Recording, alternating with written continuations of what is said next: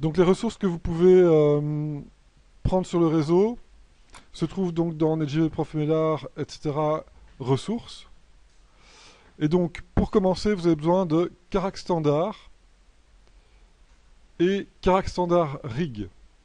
D'accord? Donc il y a un fichier Maya et une archive WinRAR. Vous pouvez prendre tout ça et déplacer ça dans votre dossier de travail. Alors l'archive, vous pouvez l'extraire, mais attention, il y a un problème de nomenclature parce que ça va extraire le même nom de fichier que le fichier Maya qui existe ici. Donc vous cliquez sur renommer et vous rajoutez underscore rig, ok, pour avoir le fichier MA du rig. Et là, on va ouvrir le rig.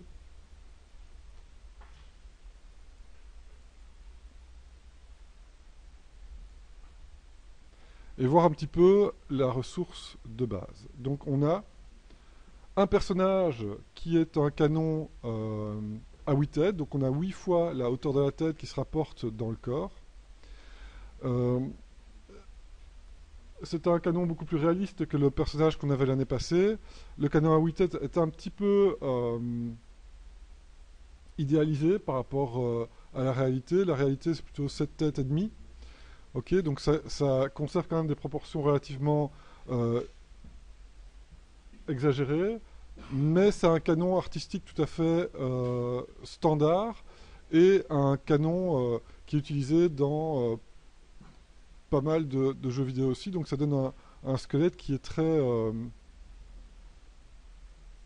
réaliste, etc. Au niveau des animes, vous allez pouvoir faire des choses très réalistes, même si ce seront les animes qui animeront. Le rig, celui qui est dans le fichier rare. Et donc, il est déjà rigué avec déjà une série de contrôleurs. Donc, vous voyez que le principe, c'est de pouvoir utiliser des contrôleurs pour animer les différents éléments du bonhomme. Et donc, certains contrôleurs peuvent être déplacés. Vous voyez que automatiquement, il y a toute une série d'effets qui se font sentir. Alors, pourquoi est-ce que j'ouvre ça? Pour vérifier que mon autre ressource, vous voyez que ici, ben, le personnage, le voici ici, il est parenté déjà à la hiérarchie. J'ai pas envie d'y toucher, donc on va faire une référence et on va aller chercher le carac standard. Alors moi je le fais pourquoi? Eh bien je le fais pour vérifier que le fichier qui est dans le carac standard est bien aligné au fichier qui est dans le rig. D'accord? Et c'est le cas. Donc ça veut dire que maintenant, on peut ouvrir le carac standard. On est sûr qu'il sera bien adapté au fichier rig. Et le fichier carac standard, on va sélectionner le modèle et faire un export de la sélection dans un nouveau dossier qu'on va appeler OBJ. Et ça, donc, c'est le carac standard ref. Et là, je vous demande de laisser Maya ouvert pour l'instant avec le personnage tel qu'il est là. Et là, on va ouvrir ZBrush. Ok, donc on ouvre ZBrush. Et dans ZBrush, on va dessiner un cube 3D. Alors j'insiste, dessiner un cube 3D. Alors pourquoi est-ce qu'on commence par dessiner un cube 3D? Parce que ça va initialiser ZBrush et faire en sorte que les éléments qu'on va importer dans notre scène ZBrush GTL va être au bon format, à la bonne taille, à la bonne échelle par rapport aux outils de ZBrush et qu'on va pouvoir utiliser les outils avec plus de facilité. Donc on commence par créer le cube et on clique sur Edit. Ensuite vous allez dans Z-Plugin, Subtool Master et vous allez dans Multi-Append. Et dans Multi-Append, vous allez browser jusqu'à l'OBJ que vous venez d'exporter de Maya, qui est le personnage. Et donc, une fois qu'on importe le personnage, on voit qu'on a maintenant un ZTL avec deux objets dedans, avec deux subtools dedans. Et donc on ouvre le panneau Subtool et on voit qu'on a le personnage et le cube. Alors, vous voyez qu'il y a moyen de sélectionner les subtools. Si vous voulez voir les deux subtools en même temps, vous sélectionnez le personnage et vous cliquez sur Transparence. Et là, on voit bien que le personnage est centré par rapport à la boîte, centré par rapport au centre de la boîte, et est bien à l'intérieur de la boîte. Alors, ici, vous voyez que l'impression de perspective est peut-être un petit peu plus fort que d'habitude. Si ce n'est pas le cas et que vous voulez renforcer l'effet de perspective, eh bien, c'est dans Draw, Angle of View. Vous voyez que chez moi, c'est à 90. Et plus on va monter, plus cette impression de perspective va être grande. Si vous laissez avec la valeur par défaut de 50, mais vous voyez que la perspective est très légère et donc on n'a pas toujours une bonne impression du volume de l'objet. Donc là, je vous propose d'aller augmenter la valeur qui est ici pour avoir une meilleure impression de volume de votre objet. Alors, vous voyez que quand il y a plusieurs objets dans la scène, donc la scène, c'est le Z-tool, et les objets, ce sont des subtools. Et vous voyez qu'il y a plusieurs subtools qui apparaissent. D'accord ? On voit que on va commencer à travailler sur différents subtools, et etc. Vous voyez aussi qu'il y a des petits yeux à côté des subtools. C'est comme dans Photoshop, quand vous cachez un œil, eh bien vous cachez le subtool. On ne peut pas cacher le subtool qui est sélectionné. Vous voyez que le subtool sélectionné est en surbrillance noire au niveau du nom et avec un petit halo noir autour de l'onglet de subtool. Alors ce que je vous propose de faire, c'est dupliquer votre subtool de personnage. Donc vous cliquez sur Duplicate, ici le gros bouton Duplicate. Et alors, activez la symétrie avec X. Et avec un outil Move, je vous propose de faire une petite modif sur votre bonhomme. Et comme on l'avait fait pour Unity et Maya, ici on va s'assurer que le pont est bien fait, que le lien est bien fait entre ZBrush et Maya. Donc cet objet que j'ai modifié, je vais l'exporter, toujours dans OBJ. Je vais appeler ça test.obj et je vais charger ça dans Maya. D'accord ? Et je vais faire un file import et je vais importer donc test.obj. Et là, je vérifie que les deux objets sont bien exactement à la même taille et au même endroit. Si c'est le cas pour tout le monde, il faut aller jusqu'au bout du test. Hein. Donc il faut le faire. Il faut absolument le faire parce que c'est ça qui va vous assurer que le lien entre la taille de votre objet dans ZBrush et la taille de votre rig sont bien identiques. Alors, qu'est-ce qui peut se passer ? Si vous n'avez pas utilisé la méthode de création de primitives et de ZPlugin SubtoolMaster Multi-Happen pour importer, il se peut que vous ne soyez pas à la bonne taille. Mais il se peut aussi que quelqu'un soit venu chipoter aux options d'export de votre ZBrush. Ok ? Si c'est le cas, malgré les steps qu'on vient de faire, il se peut qu'il y ait un problème d'échelle. Si c'est le cas, il faut refaire un init ZBrush, donc préférence init ZBrush pour réinitialiser ZBrush et recommencer le processus d'import. Si c'est bon dans Maya, eh bien, on peut continuer à travailler. Donc vous pouvez, si c'est bon dans Maya, vous pouvez juste fermer Maya. Et on va continuer à travailler dans ZBrush. On va faire un delete du subtool modifié et on va repartir avec un fichier propre. Et vous pouvez aussi sauver ceci comme première étape dans un nouveau dossier donc qu'on va appeler ZBrush 4 R7, on est à la P2 et donc ceci donc ce sera le B2C1 skeleton. Ok. Donc vous voyez que maintenant, on va souvent aller dans les outils dans les différents menus qu'il y a dans le panel Tool. Alors par défaut, quand vous voulez ouvrir plusieurs menus en même temps, eh bien, c'est pas possible. C'est-à-dire que chaque fois que vous ouvrez une fenêtre, eh bien, celle qui est déjà ouverte se referme automatiquement.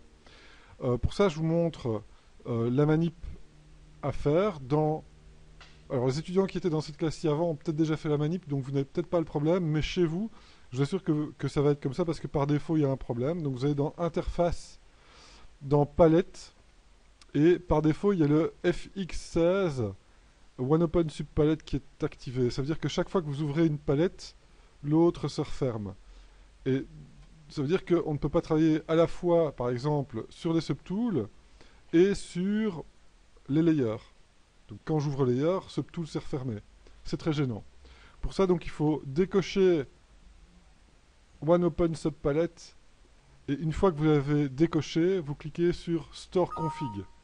Histoire que plus jamais de la vie, cette option ne soit activée. Je ne sais pas pourquoi ils font ça par défaut, mais c'est... Alors, petite observation maintenant, regardez quand vous cochez le polyframe. Eh bien, il vous montre l'objet avec une couleur unique. Qu'est-ce que ça veut dire? Ça veut dire que pour lui, il y a un seul groupe de faces qui rassemble tous les éléments qui composent le personnage. Alors comment... L'objectif qu'on a ici, c'est de le décomposer en morceaux pour pouvoir sculpter plus facilement. Alors comment est-ce qu'on va pouvoir récupérer les pièces? Ben regardez, dans Polygroup, on va cliquer sur Autogroup. Et là, en fait, il va, en fonction de la continuité de chaque élément, il va créer un nouveau polygroup. Autogroup. Mais regardez ce qui se passe. Bien, par exemple, pour l'avant-bras, j'ai un seul morceau. Pour l'autre, j'ai un seul morceau. Ici, j'aimerais bien qu'il récupère aussi les morceaux en symétrie. Donc là, je vais cliquer sur Merge Similar Group. Et là, maintenant, il a bien mergé les groupes qui sont similaires. Grâce à ces deux outils, eh bien maintenant, on a configuré à l'intérieur du modèle toute une série de groupes de faces. Alors, comment fonctionnent les outils pour récupérer les sélections, les isolés, etc. Eh bien, avec CTRL et SHIFT, vous avez accès aux outils de clipping et d'affichage. Quand vous faites, par exemple, un CTRL SHIFT drag sur une région, eh bien, vous pouvez isoler cette région. Ça veut dire que quand vous aurez un personnage extrêmement high poly et sur les machines moins performantes que vous avez peut-être chez vous ou que vous avez à l'école, eh bien, quand vous serez en train de sculpter votre high poly, ben, vous pourrez isoler une partie pour optimiser les performances de votre PC et travailler toujours dans de bonnes conditions. Donc ça, c'est ce à quoi sert donc cet outil de clipping.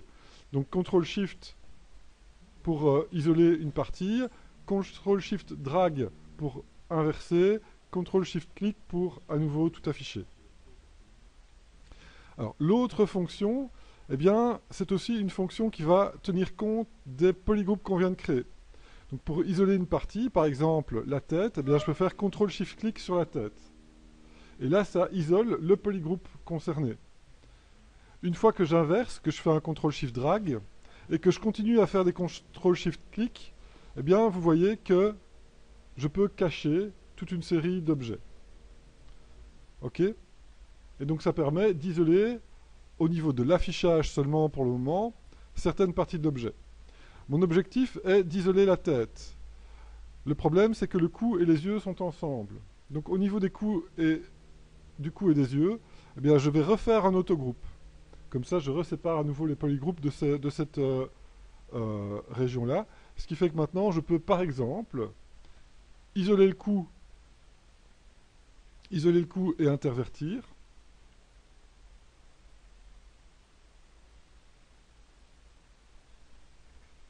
cacher la tête avec Alt. Vous voyez qu'avec Alt, le rectangle devient rouge, donc je peux cacher la tête. Intervertir la sélection, cacher le cou à nouveau, et là j'ai la tête qui est isolée. D'accord? Donc là j'ai isolé la tête. Je peux maintenant, par exemple, donc regardez ici, j'ai vu que vous avez levé la main, je finis, après je passe près de vous. Hein. Donc la tête est isolée, on va faire un split hidden, et là on voit que maintenant le corps est sur un nouveau subobject. Ok? Et donc maintenant on peut isoler sur différents subobjects les différents éléments du corps. Donc par exemple là je vais prendre la cage thoracique. Là, je vois que je dois cacher les tibias et je peux faire un split hidden. Et vous voyez que grâce à ça, eh bien, je peux petit à petit séparer chaque élément dans un subtool à partir de mon objet de base. Ok, je vous laisse faire ça. Je vous propose de garder les mains ensemble. Donc ici, je vais enlever les bras, les avant-bras.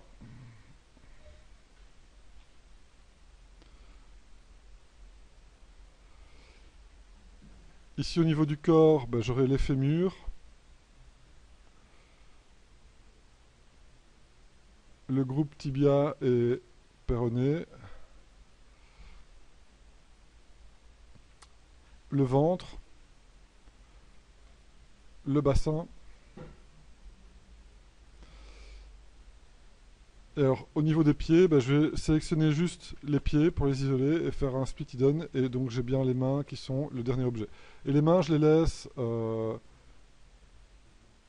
telles quelles pour le moment. On verra bien par après comment on va gérer ça. Donc ici, on obtient une scène avec toute une série d'éléments qui correspondent aux différents éléments qui composent le corps. Donc pour faire une explosion comme ça du mesh, il y a le bouton ici en bas qui s'appelle Expose qui permet de voir un petit peu tous les objets que vous avez de manière explosée.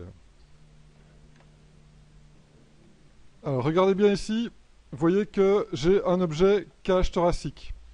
Si lors de votre travail pour splitter les différents éléments, Maxence, il faut écouter parce que tu es dans le cas. Si lors de vos splits ici, vous avez splitté cet objet en deux éléments séparés, donc par exemple, voilà, ici j'ai deux éléments qui sont séparés. Comment faire pour à nouveau les réunir en un seul subtool? Eh bien, vous allez placer les éléments l'un au-dessus de l'autre dans vos subtools. Pour ça, vous utilisez les flèches qui sont ici en bas. Vous pouvez bouger les subtools dans votre scène. Et donc, on va voir ici l'inverse du split. Comment regrouper à nouveau des subtools. Eh bien, vous prenez celle du dessus et vous faites un merge. Et vous faites merge down. Et là, vous regroupez à nouveau les subtools qui étaient splittés. Donc si vous avez été trop loin dans le split, vous pouvez à nouveau regrouper vos subtools. Okay. Donc maintenant, pour continuer, on a envie d'importer notre tête de squelette. Okay. Donc qu'est-ce qu'on va faire? On va prendre l'objet de la tête ici et on peut faire un delete. D'accord? On lui sucre la tête. Tout comme on avait importé un OBJ, on va utiliser le Z-plugin SubtoolMaster Multi-Append pour aller chercher la tête qu'on a faite. Et là, on peut aller chercher directement le fichier ZBrush. Pas besoin d'exporter un OBJ. On peut importer en multi-append un OBJ, comme on peut importer un ZTL. Si vous avez plusieurs subtools dans votre ZTL, il importe tout d'un coup. Donc si vous avez fait des moustaches, un chapeau, etc., des yeux, hop, il va tout importer. Donc moi, dans mon cas, il importe une grosse tête. D'accord? Attention, quand on importe un subtool, ça se trouve toujours tout en dessous de tous les subtools. Et là, on voit que on a travaillé à une échelle qui est un petit peu plus, grande finalement que l'échelle de notre rig dans Maya. Ça vous donne une petite astuce pour ce qui va se passer dans X normal. Si déjà la tête qu'on avait là a été minuscule dans X normal, qu'est-ce qui va se passer quand on aura notre personnage complet? Il va être encore plus petit parce que regardez, il est la moitié de la taille d'une tête. Mais bon, c'est l'échelle de Maya, c'est l'échelle du rig, donc là on est obligé de travailler à cette échelle-là. Mais bon, ça donne juste une petite idée. Donc d'abord, je vous propose de sauver votre fichier si vous ne l'avez pas encore fait. Et ensuite, je vous demande de repartir d'un cube 3D. Ne vous tracassez pas, vous avez toujours votre fichier qui est ouvert ici en dessous. Donc, le cube 3D. OK. Une fois que vous avez votre cube 3D, vous faites un append. Donc, vous voyez qu'il y a le multi-append dans Subtool Master, mais il y a aussi un append tout court dans le menu Subtool. Faites un append et vous importez, par exemple, une sphère 3D. C'est-à-dire que dans cet objet, dans ce Z-Tool, vous avez à la fois la sphère et le cube qui sont superposés. Ça va, ça? Alors, quand vous avez la sphère qui est sélectionnée, vous vous mettez en vue de face, vous prenez le Move et vous dessinez avec Shift votre manipulateur. Pourquoi est-ce qu'on le dessine avec Shift? Parce que comme ça, il est snappé dans un des axes X, Y ou Z. Et ici, en fait, ça se fait en deux temps. Donc ça veut dire que quand on veut faire une transformation sur un objet, la première chose à faire, c'est se mettre dans une vue dans laquelle on veut faire la transformation, parce que le dessin du manipulateur est dépendant de la vue. Donc première étape, se mettre dans la vue. Deuxième étape, dessiner le manipulateur. Et c'est seulement une fois qu'on a dessiné le manipulateur et qu'on l'a placé correctement par rapport à l'endroit souhaité, c'est seulement à ce moment-là qu'on va pouvoir faire la transformation. Et pour faire la transformation, on va se remettre aussi dans la vue adéquate. Et là, il y a plusieurs types de transformations. Avec Move et la bague du milieu, on peut bouger la sphère dans le plan de la caméra. D'accord? Avec Shift, on va bouger la sphère sur l'axe du manipulateur. OK? Donc avec l'outil Move, une fois qu'on a bien dessiné notre manipulateur et qu'on l'a déplacé, alors pour déplacer un manipulateur, eh bien on va prendre les bagues extérieures. Et pour effectuer les manipulations, on va cliquer à l'intérieur de la bague et on a un petit cercle rouge ou blanc qui apparaît. Et là, on peut effectuer la transformation. Alors pour le Move, le petit manipulateur du centre permet de faire un move, en fait. D'accord? Soit libre dans le plan, soit contraint sur l'axe avec Shift. D'accord? Donc là, je vais faire un move.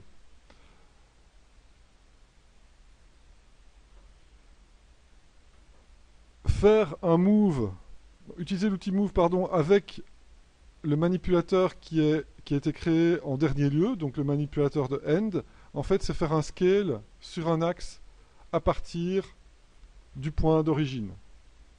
Important de savoir faire un scale sur un axe. D'accord? Et faire un move avec le manipulateur d'origine, c'est comme faire un clipping de votre objet. J'utilise ça très peu, pourquoi? Parce que regardez, à un moment donné, quand on clip, ça fait une espèce de crêpe et ça pourrit un peu l'objet. Donc j'utilise jamais ça. Si vous trouvez une utilisation, pourquoi pas. Si je mets l'axe ici plus bas, il y a moyen de faire un clipping de tout l'objet. Et... Bon, enfin voilà. D'accord? Donc ça c'est pour le move. Ça veut dire que ça dépend de la vue dans laquelle je suis. Ok? Si je suis dans cette vue-ci, je fais un move dans le plan de la caméra. C'est toujours par rapport au plan de la caméra qu'on fait un move à partir de la poignée du milieu. C'est-à-dire qu'il faut toujours bien savoir dans quelle caméra on est si on veut faire ça précisément. Ok?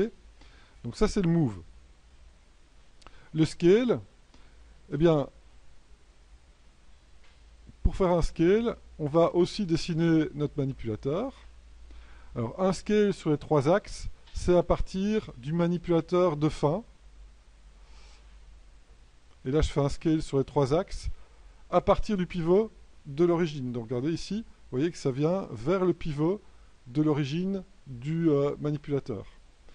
Si je fais un scale à partir de l'origine, eh bien ça fait un scale uniforme sur les 3 axes avec comme point de pivot l'autre poignée, la poignée opposée. Ça, c'est pour le scale sur les 3 axes.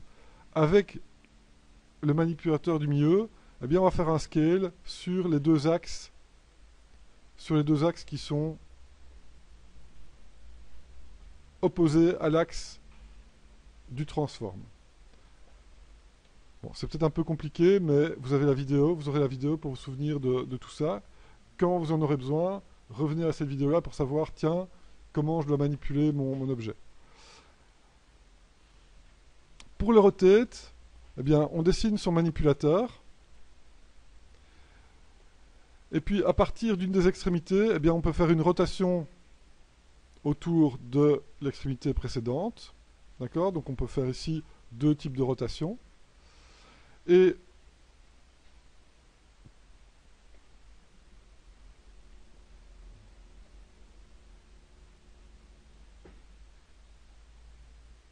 ah oui, d'accord. Il n'a pas fait de polymèche 3D. Et donc, pour faire une rotation sur 2 axes,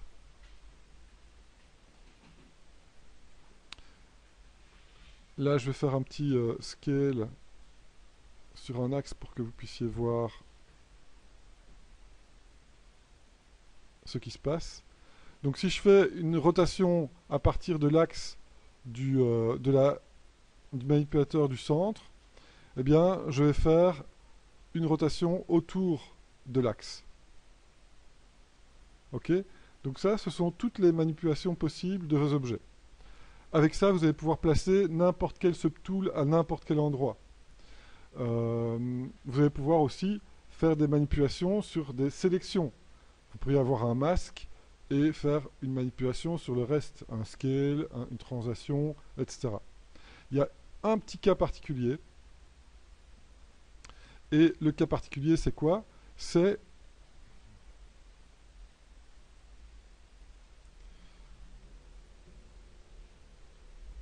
alors ça, c'est autre chose. Voilà. Voilà. Voilà. Donc c'est le move. Alors regardez bien ici, le move avec Alt sur la poignée du milieu, ça permet de faire un bend. D'accord? Et donc ça permet facilement de tordre des plaques, etc. Ils ont amélioré ça dans la 4R8 avec le nouveau manipulateur où on peut faire des bends beaucoup plus contrôlés, mais avant, et sur la version qu'on a à l'école, eh ben, quand on veut bender quelque chose, eh bien c'est Alt avec la poignée du milieu sur le move. D'accord? Donc retenez bien ça pour plus tard. Qu'est-ce que ça implique pour notre fichier de travail ici? Eh bien, ça veut dire qu'on va activer la symétrie sur la tête, qu'on va appliquer un scale positif ou négatif en fonction de la taille de votre tête. Donc ici, je vais diminuer la taille de la tête. Attention de bien activer la symétrie pour garder l'aspect central du crâne. Donc on va placer ça, enfin scaler ça à la bonne taille. Et puis avec le move, en vue de profil, on va placer le crâne au-dessus de la colonne vertébrale. Ok? Donc ici, avec le move et le scale, on va pouvoir placer le crâne au-dessus du corps. Vous pouvez faire une tête légèrement plus grosse ou plus petite en fonction de votre de votre souhait.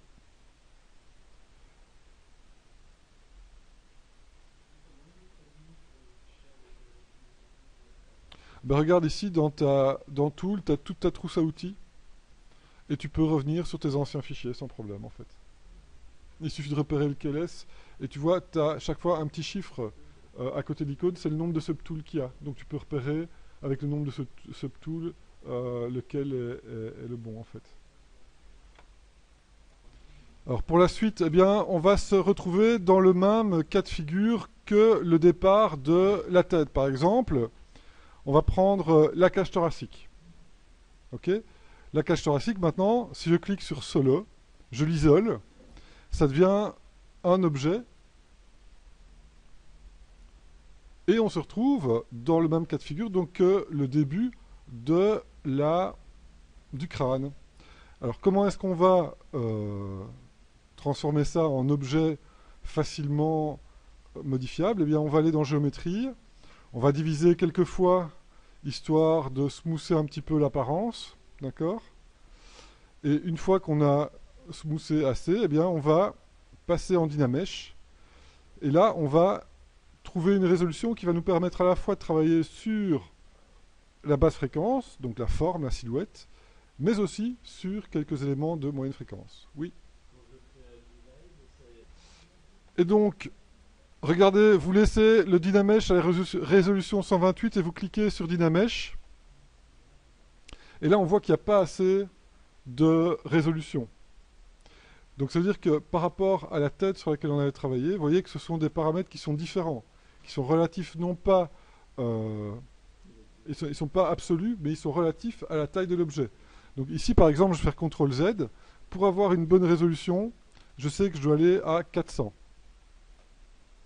Là, j'ai assez de résolution que pour smoother, par exemple, avec une grosse brush. Et vous voyez que la silhouette se smooth. Ça vous indique que la résolution est assez basse que pour travailler sur la silhouette et tendre vos formes. Et puis, avec du ClayTube, je viens ici rajouter du détail. Et là, je vois que je peux rajouter des moyennes fréquences aussi. Donc là, on a une bonne résolution pour faire notre sketch. On va pouvoir à la fois travailler sur la forme de base et sur le détail. D'accord? Donc je répète. Vous passez ici en Dynamesh à une résolution 400. Ça soude les deux objets, entre parenthèses. Vous activez la symétrie et vous pouvez commencer à travailler sur la forme de la cage thoracique. Alors pour la cage thoracique, je vous propose de ne pas faire chaque côte indépendamment, mais de travailler sur un bloc dans lequel on aura la cage thoracique, les omoplates, les clavicules, etc. Et donc là, avec les outils qu'on connaît, eh bien, on va travailler sur la forme de base, d'abord.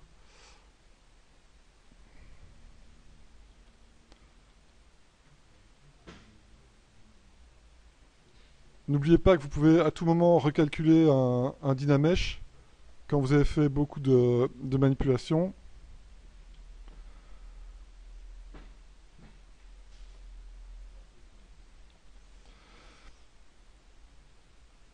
Et donc ici, par exemple, avec du ClayTube, je vais donner une impression de fini journée.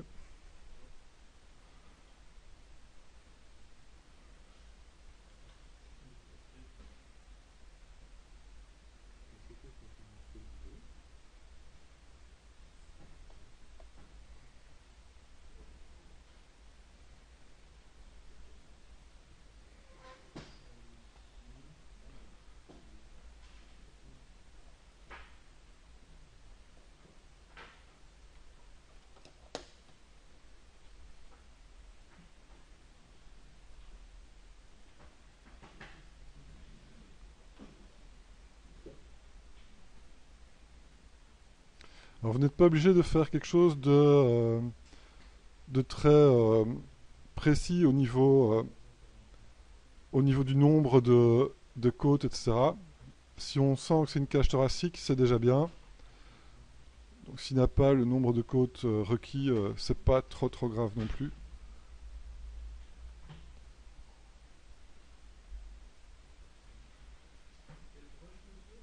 Là, j'utilise du clé tube. Clé tube. BCT, clé tube. Et maintenant, à vous de choisir vos outils préférés. Eh bien, il fait des petites couches. Des petites couches de matière que tu peux superposer et puis smousser entre elles pour intégrer. C'est assez pratique en fait. Oui, oui. Donc pour le moment, ça reste du sculpte. C'est pour pouvoir positionner les différents subtools. Donc déjà avoir une petite idée de ce qu'il va y avoir au niveau des fréquences principales. Donc ici on aura le plexus.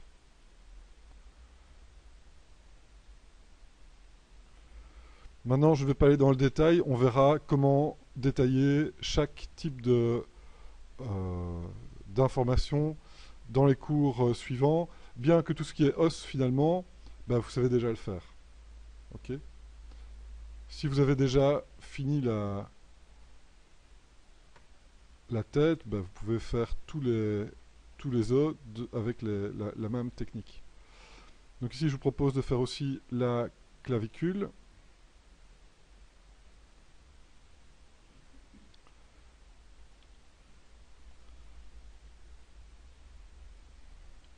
Si vous avez étiré votre maillage, n'oubliez pas que vous pouvez recalculer un Dynamesh pour récupérer un peu de forme. Et je vous propose de faire l'omoplate aussi par-dessus vos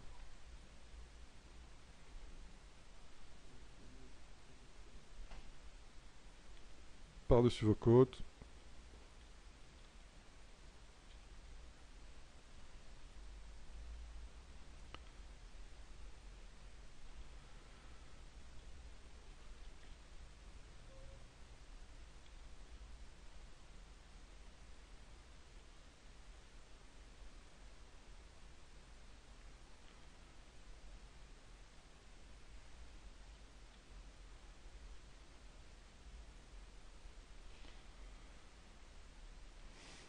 Et une fois que vous avez sculpté votre pièce de manière relativement grossière, vous pouvez bouger encore un petit peu l'encombrement de tout ça pour que ça donne ce que vous souhaitez. D'accord, donc vous pouvez vraiment traiter chaque objet comme vous l'avez fait pour la tête. Alors, qu'est-ce que je voulais vous montrer? Comment merger deux objets qui sont sur des layers séparés. Bon, vous avez déjà un petit peu compris avec la cage thoracique comment ça fonctionnait, mais on va voir que, par exemple, pour la colonne vertébrale, eh bien, je vais partir à la fois du cou et du ventre. Donc, je vais sélectionner le ventre. Alors, vous voyez que pour sélectionner, vous pouvez faire aussi des alt-clics dans la vue. Donc, un alt-clic sur l'objet sélectionne le subtool, ce qui vous permet de ne pas devoir chaque fois retourner dans les subtools. D'accord. Donc là, je vais prendre par exemple le ventre, activer la symétrie, modifier la forme du ventre pour que ça devienne une colonne vertébrale ou plus ou moins une colonne vertébrale. De toute façon, on va encore modifier ça par après.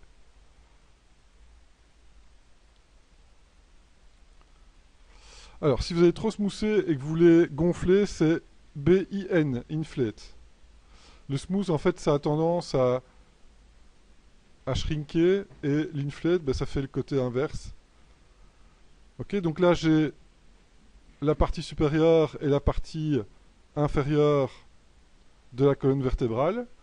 comment est-ce que je vais les souder ensemble? Je vais cacher la cage thoracique. Je vais masquer par exemple la base de la colonne vertébrale qui est là en dessous. Et avec le move, bien, je vais déplacer ça vers le haut. Pareil pour le cou. Je vais cacher la partie supérieure. Et avec le move, je vais descendre la partie inférieure et faire en sorte qu'elle chevauche la partie centrale. Ensuite, eh bien, on va placer les deux subtools l'un au-dessus de l'autre dans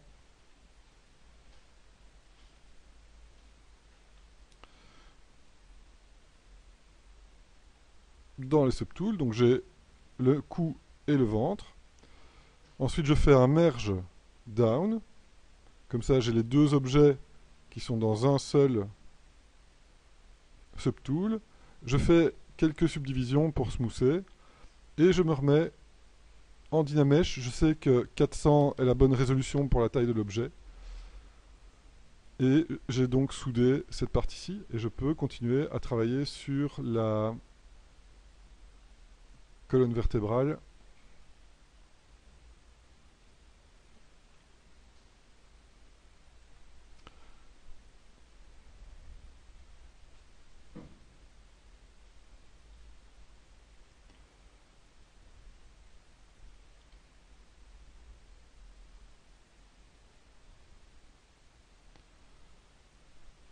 Alors, si vous voulez isoler un objet, j'ai peut-être déjà montré, mais je le remonte, c'est l'icône solo ici, qui permet d'isoler l'objet. Et donc, je peux travailler sur l'objet sans que tout le reste soit affiché.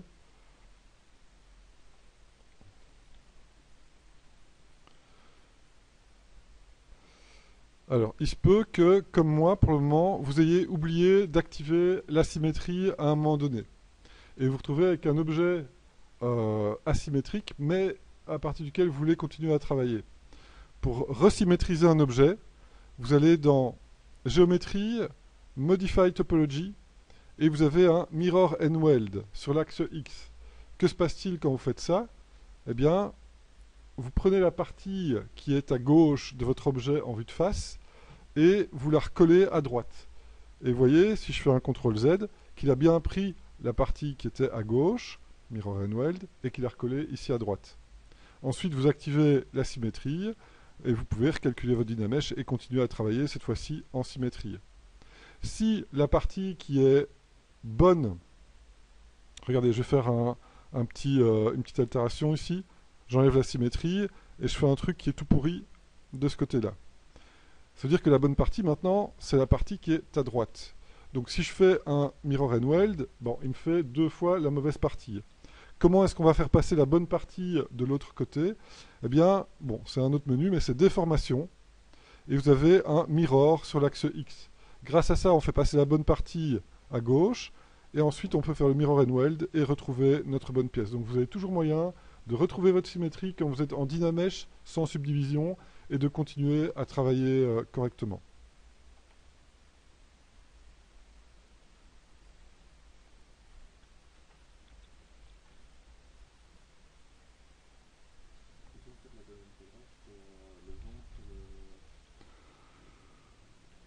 Le cou. Oui.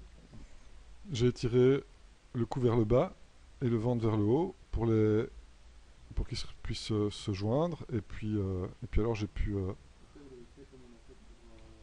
le torse. Non, là j'ai fait avec le move, l'outil move. Donc B, M, V, j'ai étiré les faces. Mais tu pourrais le faire avec la même technique que pour la tête aussi. Hein. Le move, c'est...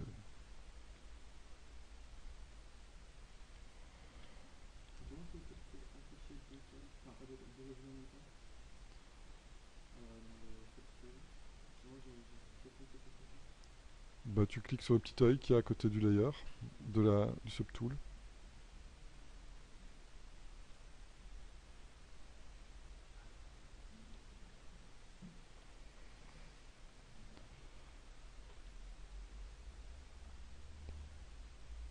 Oui.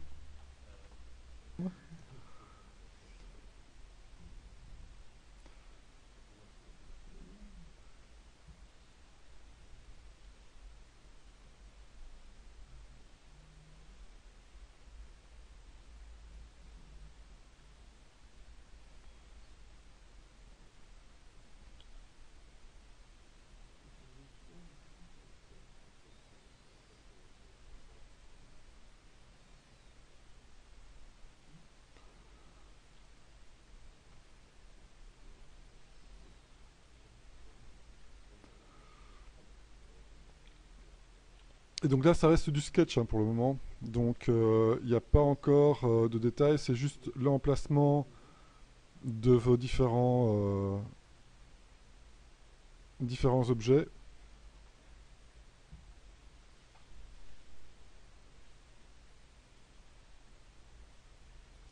Avec les détails les plus visibles, les plus importants. Après, vous pourrez sculpter, etc. à votre guise.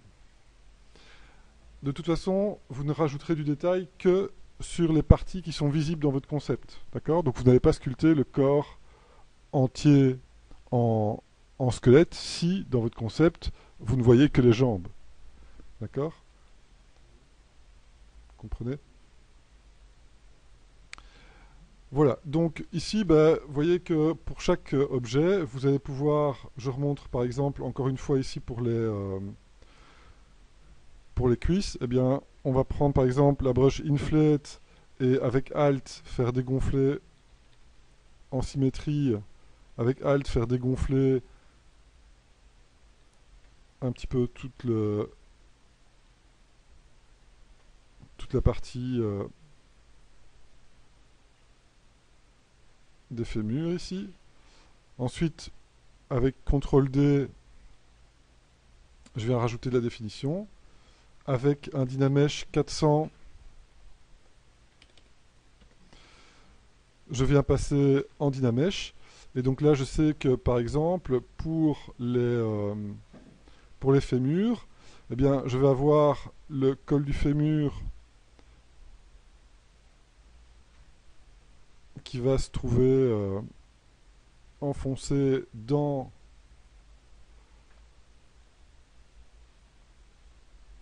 le bassin. D'accord? Donc le col du fémur reste enfoncé dans le bassin. Par contre, et donc ça reste à l'endroit de pivot de la jambe. Par contre, je sais que le reste de l'os va se redresser. Donc ça veut dire que ici, je vais smoother un peu la transition. Et puis avec un rotate, en vue de face, ben, je peux venir redresser l'os et avoir la bonne position pour le fémur. Ok? Et puis une fois que j'ai ça, ben, je peux continuer à retravailler en Dynamesh et avec des références, etc. Voir un petit peu au niveau bah, du col du fémur comment ça se passe. Ok, rajouter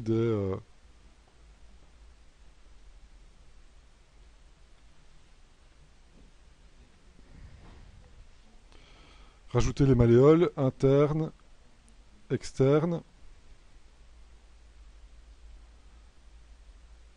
D'accord? Et donc on va faire chaque os ou chaque groupe d'os séparément.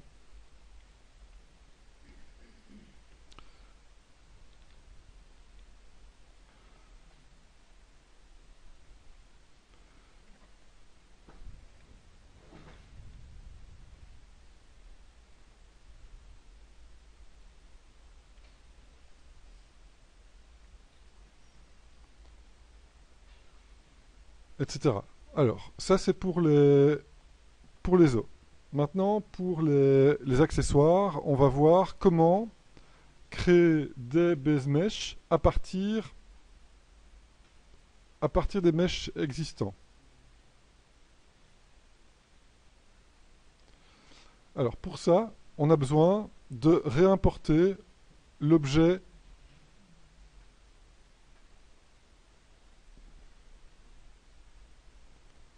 Charac standard ref. D'accord? Donc c'est-à-dire que maintenant, dans mes subtools, j'ai à nouveau importé le personnage complet. Ce personnage complet, je vais le smoother une fois, deux fois, trois fois par exemple. Et je vais me mettre en Dynamesh, donc convertir ça en Dynamesh, mais un Dynamesh assez haut pour ne pas que les doigts se soudent. Donc là, je me mets en Dynamesh 800.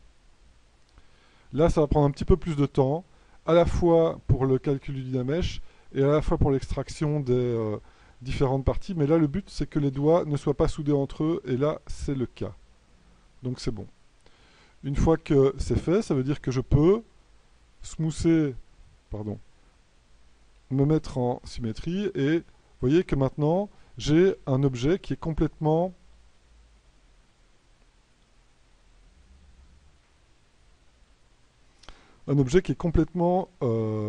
soudé, intégré. Donc là je viens souder et smoother les différentes zones qu'il y a entre les éléments. Et pourquoi est-ce que c'est intéressant d'avoir ce genre de mannequin? Bon, imaginez que si on devait faire un corps avec des muscles et de l'anatomie, etc., ben on pourrait partir de ce genre de forme-là, hein. Donc, vous pouvez toujours garder ça aussi en référence pour plus tard si vous le voulez. Et pourquoi est-ce qu'on repart de ce genre de forme? Eh bien, ici, regardez, on a un seul groupe important. Si jamais c'est pas le cas, toujours bien ici se mettre en autogroupe pour qu'il n'y ait qu'un seul polygroupe sur tout l'objet. Ensuite, qu'est-ce qu'on va faire? Imaginez que dans le personnage que j'ai à réaliser, eh bien, je dois réaliser une veste. Ben, je vais prendre le masque lasso, et la veste, en fait, eh bien, je vais aller la chercher sur le modèle.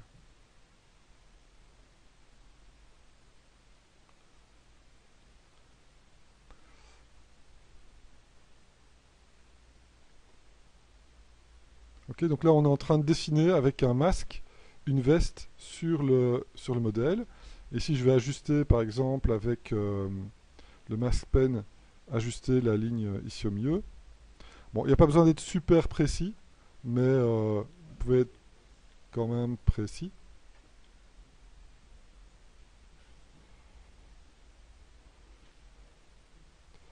Ok. Eh bien, avec des nouveaux outils d'extraction, on va pouvoir extraire un objet à partir du masque qu'on a créé.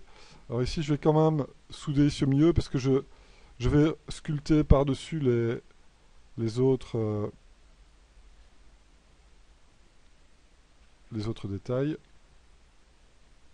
Et donc, regardez ce qui se passe quand je clique sur Extract. Eh bien, il va réfléchir un petit peu parce que voilà, c'est du Dynamesh 800. Mais regardez ce qu'il propose de créer. Il propose de créer un nouvel objet qui est extrait du premier avec une certaine épaisseur. Alors quand on clique sur Extract, on a juste une preview. Donc ce que vous pouvez faire, c'est ajuster les valeurs, par exemple, d'épaisseur, 0.01, recliquer sur Extract, et là vous allez avoir une nouvelle preview qui est plus proche du corps. Ça me convient. Quand ça vous convient, vous cliquez sur Accept. Et quand vous cliquez sur Accept, eh bien en fait, il crée un nouveau subtool à partir du subtool précédent. Et donc maintenant, vous pouvez travailler sur une veste, ok, à partir du subtool qui a été extrait. Attention. Attention à quoi? Attention que quand on extrait quelque chose, vous voyez que ça crée une espèce d'enveloppe avec une certaine épaisseur, mais qui n'est pas remplie complètement. Ça, c'est source de problème. Par exemple, si vous oubliez de rectifier le problème, et que vous activez la symétrie et vous commencez à créer toute une série, par exemple, de plis, vous allez commencer à créer votre réseau de plis, smoother, continuer à peindre, etc. D'accord? Et vous n'allez pas vous apercevoir que, regardez ce qui se passe, je vais le faire plutôt ici, regardez ce qui se passe à l'intérieur, on a attiré les faces qui sont à l'intérieur vers l'extérieur. Qu'est-ce que ça veut dire? Ça veut dire que si maintenant je calcule un Dynamesh même moins élevé que 800, il fait des trous. D'accord? Donc il a soudé les faces intérieures avec les faces extérieures et il a fait des trous. Et ça, c'est super dur à récupérer. C'est juste buggé, vous pouvez recommencer. Donc si vous avez sculpté tous les plis, etc., et puis que vous vous rendez compte que vous avez un problème, c'est compliqué à récupérer, surtout si vous êtes déjà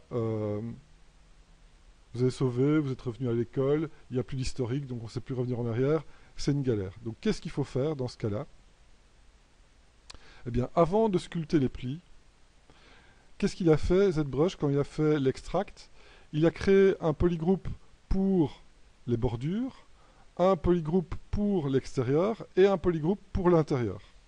Ce qui fait qu'on peut facilement isoler l'intérieur, le cacher,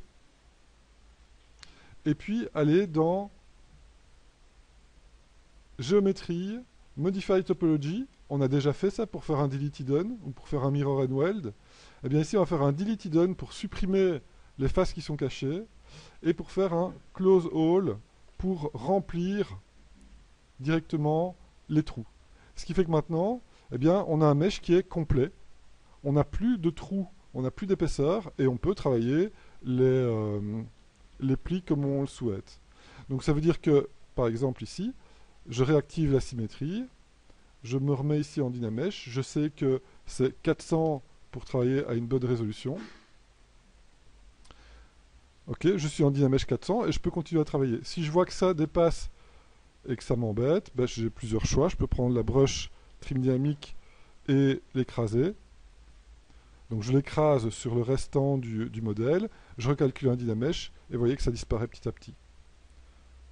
D'accord? Donc vous pouvez vraiment gérer vos épaisseurs comme ça en fait. Et donc là, j'ai de quoi faire la veste. Donc je peux commencer à, en fonction de mon concept, qui n'est plus là, ben faire tous les plis, etc.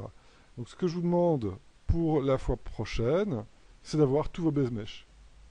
Pour votre pantalon, pour votre veste, pour vos cols, pour vos... Ok? Donc là, j'ai le base mesh pour faire la veste. Maintenant, je vais créer le masque pour faire le pantalon.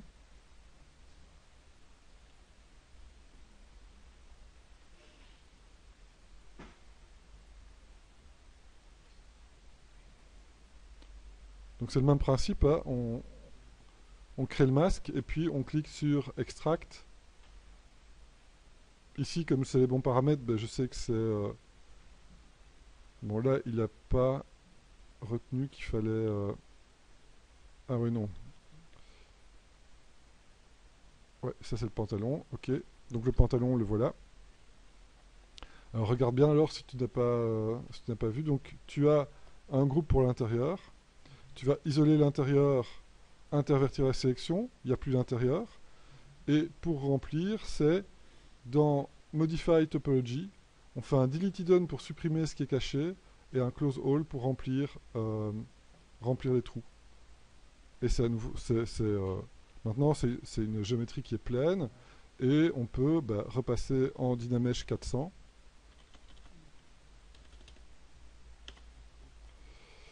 et continuer à travailler donc en symétrie ou pas pour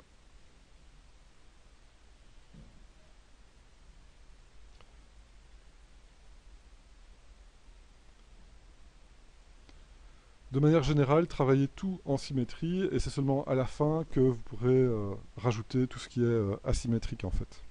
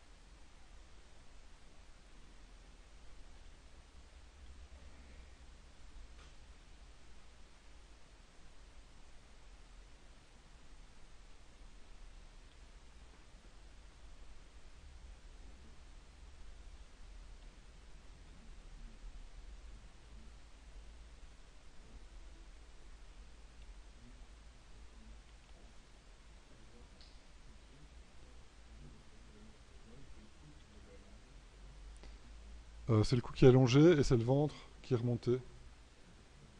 Et je les ai mergés tous les deux avec un Dynamesh en fait. Mais tu pourrais ne faire que le cou, hein. Ouais.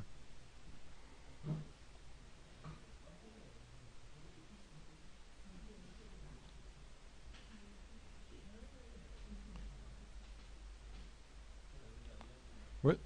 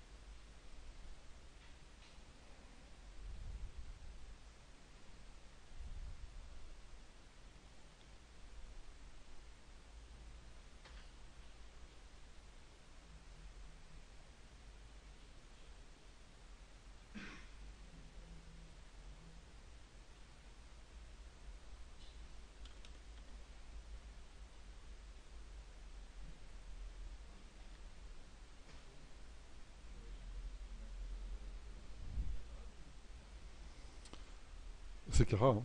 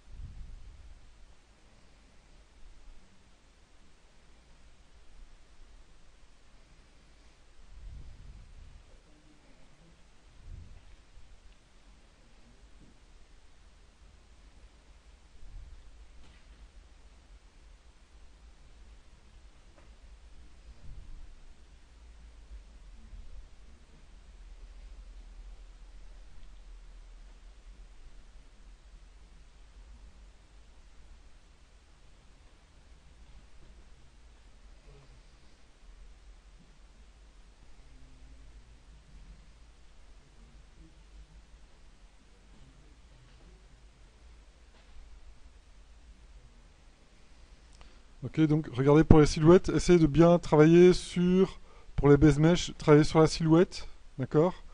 Et, et c'est par après, quand vous aurez votre silhouette euh, bien costaud, que vous allez pouvoir rajouter les détails. Mais travaillez d'abord sur la silhouette et vous rajouterez les détails par après.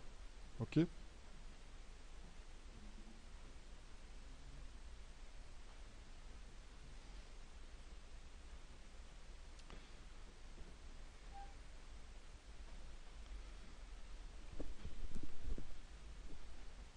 Et donc je vous demande de me faire un petit screenshot pour ce cours-ci avec l'état auquel vous êtes arrivé.